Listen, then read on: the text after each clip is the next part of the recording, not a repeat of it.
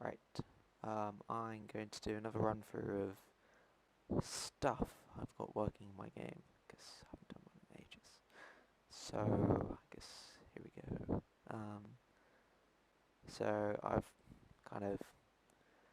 got all the panning and stuff working now, which is nice, because, it tends to help if you can look around corners and things.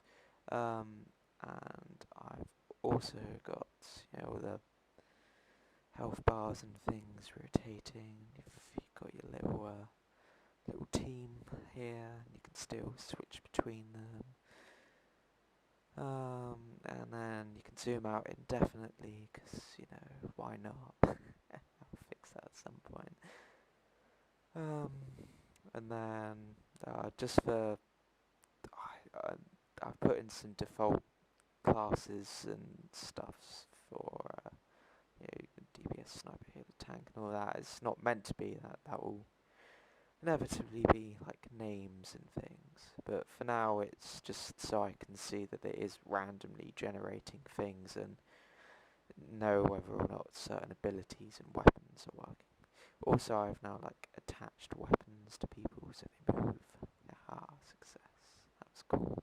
I've got the good old character pane, which looks horrendous, but it will do for now. It does exactly what I need to do. It displays data. This will be armor. Eventually you have a little picture of your character, and all of these will be in the corresponding position, and you have your inventory and stuff.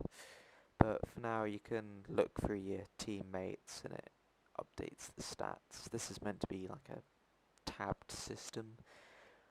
Not that they've got a pre-made tabbed system I can use, but nevertheless, I've made my own anyway. And then I've got my fancy new inventory, which has the item name and the amount out of maximum it can store, which I only got working this morning, but nevertheless, it's pretty good. It's not finished. I haven't made them drag droppable or clickable. Nothing's kind of clickable at the moment. I just made sure it read the data properly, really. So let me just get rid of this. Oh, goodness me. Yeah, I keep doing that. There, right, okay. And then we've got, so you've got your abilities, your weapon, your current ammo, health, that will be your name. I've also made it so you can now use abilities behind walls, and it should move up and start using them, but it doesn't quite at the moment. And you've got particle effects. These ones look horrible, but nevertheless they'll do for now. I love this. That was a cool particle effect. Weapons are still left floating mid-air, because why not? And then you've got, so this is a boss. If I damage the boss, he will eventually start spawning, or he should be spawning things, but anyway, you've got, so the lines denoting when something's targeting something else. So you would have in an MMO where you have an indicator of where your ability is actually going to end up.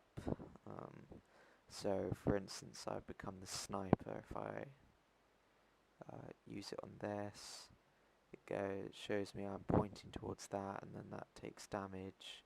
Though they've got a healer, so they didn't take much.